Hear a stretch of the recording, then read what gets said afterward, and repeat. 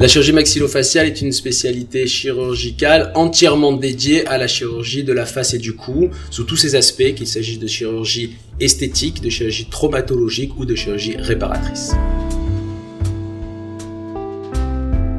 J'exerce donc à l'Institut universitaire de la face et du cou, qui est un établissement entièrement dédié à l'ensemble des activités de la face, du visage, du cou, sous ses aspects cliniques, de recherche et d'enseignement, puisque nous sommes un centre universitaire.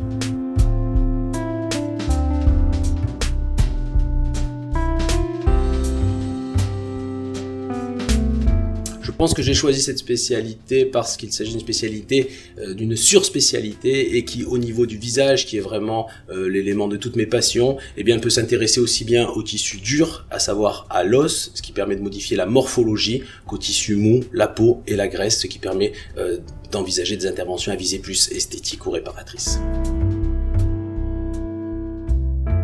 La chirurgie orthognatique est une chirurgie qui a pour objectif de modifier la position des mâchoires, la mâchoire du haut ou la mâchoire du bas, permettant ainsi, après avoir préparé les dents par de l'orthodontie, de redonner de bonnes proportions au visage lorsque ce n'est pas le cas initialement. Cette chirurgie s'adresse essentiellement à des jeunes gens entre l'adolescence et 25 ans, mais de plus en plus c'est une chirurgie qu'on peut proposer à un âge un petit peu plus avancé, notamment dans le but de corriger les effets du vieillissement.